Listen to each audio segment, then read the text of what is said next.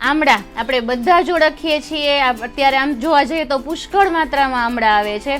એના અમુક health benefit તો આપને બધાને ખબર છે.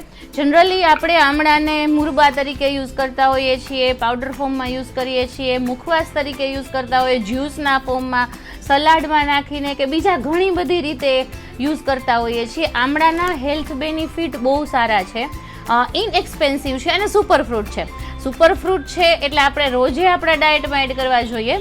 એ તો એક છે જ, પણ હા, એના હેલ્થ બેનિફિટમાં એક તો પેલું છે સ્કિન તમારી બહુ સારી કરે છે, સ્કિન ફ્રેન્ડલી છે, એજિંગ પ્રોસેસ ઘટાડશે, તમારી રિંકલ્સ ઘટાડશે, ઇવન સ્કિનને ડેમેજ થતી અટકાવશે.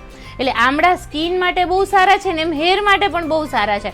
આપણે ઘણી વખત ઓઇલમાં આમળાનો પાવડર નાખતા હોઈએ છીએ, મહેંદી કે એવું કોઈ નાખતા હોય એમાં પણ આમળા વાપરતા હોઈએ છીએ. ઇવન આમળાની પેસ્ટને પણ આપણે સ્કાલ્પમાં નાખતા હોઈએ છીએ. આમળા છે ને સ્કાલ્પને સુધારે, એટલે આપણા હેર ગ્રોથ સારો થાય, ઇવન વ્હાઇટ હેર ઓછા થતા જાય, અને જો ખોડાનો ઇસ્યુ હોય ને તો પણ આમળા એમાં બેનિફિશિયલ છે. એટલે હેર અને સ્કિન બંને માટે આમળા બહુ સારા છે. ત્રીજું છે બ્લડ શુગર કંટ્રોલ કરે છે. જે લોકો ડાયાબિટીક પેશન્ટ છે ને એમણે આમળા એના ડાયટમાં રૂટીન યુઝ કરવા જોઈએ, એનાથી બ્લડ શુગર કંટ્રોલ થતો હોય છે. એ સિવાય ચોથું છે હાર્ટ ફ્રેન્ડલી. આમળા હાર્ટ ફ્રેન્ડલી છે, બેડ કોલેસ્ટ્રોલ ઘટાડે.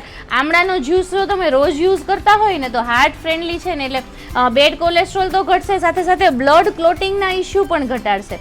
એટલે આમળાનો એ પણ એક બેનિફિટ સારો છે. આઈ માટે બહુ સારા છે. હા, આંખનું વિઝન સુધારે છે આમળા. એટલે આમળાને તમે રૂટીન ડાયટમાં એડ કરો ને તો તમારી આંખ માટે પણ એટલા સારા છે. લીવર ફ્રેન્ડલી છે. આમળા છે ને લીવરને ડિટોક્સ કરે, એટલે લીવર ડેમેજ થતું અટકાવે. એટલે જેમને ફેટી લીવરના ઇસ્યુ હોય ને એમને પણ ક્યાંક આમળા ફાયદો કરતા હોય છે. એટલે એ એક એનો મેઇન બેનિફિટ છે. ડાયજેશન ઇમ્પ્રૂવ કરતા હોય છે આમળા.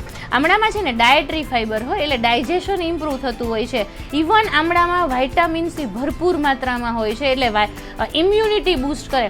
આમ જોઈએ ને તો 100 ગ્રામ આમળામાં 20 ઓરેન્જ જેટલું વાઇટામિન હોય છે. એટલે આમ તમે એક જ આમળું ખાઓ ને તો તમારા ડેઇલી વાઇટામિન સીની રિક્વાયરમેન્ટ 30 થી 40% પૂર્ણ થઈ જતી હોય છે.